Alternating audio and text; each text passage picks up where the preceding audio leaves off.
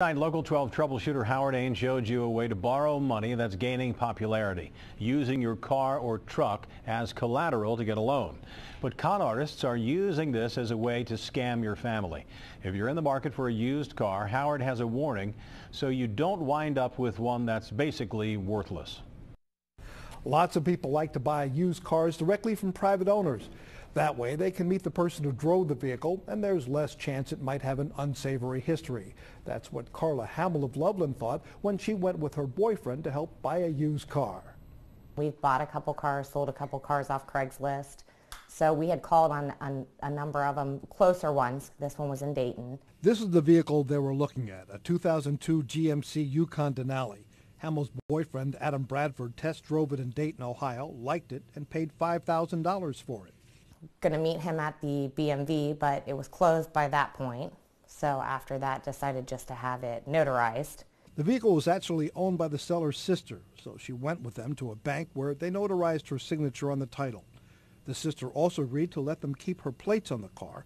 That way, Bradford could drive it to the Bureau of Motor Vehicles the next day to transfer the title into his name and give her back her plates. They were going to meet us halfway to pick up the license plates so they could put them on their other car. That never happened. Instead, Adam went to the BMV by himself and learned he had a problem. He went in, handed him the title, had his money out, everything. She said, "I'm sorry, there is a lien on the car," and he said no. On Craigslist, the seller specifically stated the car had a clean title. There's no mention of an auto title loan, which had been taken out just days before Bradford agreed to buy the car. The title loan company says, "Bring back the car. We have a legitimate title." But the police say no, Bradford can keep the car. Only problem is, without that legitimate title, there's not much you can do with the car. Still had an actual title, but the only thing that's good now for is a bill of sale. Once they get a duplicate, that title is considered inactive. Now Bradford can't find the woman who sold him the car after she took out a loan on it. A spokeswoman for the Ohio Bureau of Motor Vehicles tells me this is a relatively new scam, and they're seeing it a lot since a new industry sprung up, offering cash loans for car titles.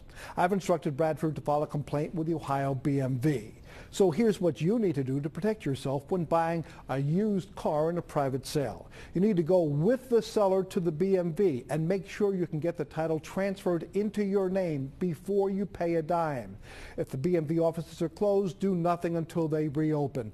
If there's a lien on the title, you can forget about buying the car. Howard Ain, Local 12 Troubleshooter. Good advice again, Howard. Thanks very much. It's important to note as well that if you buy a used car from a dealer, you don't need to worry about making sure the title can be transferred. Howard says that's because the state will protect you if there are any liens on the title.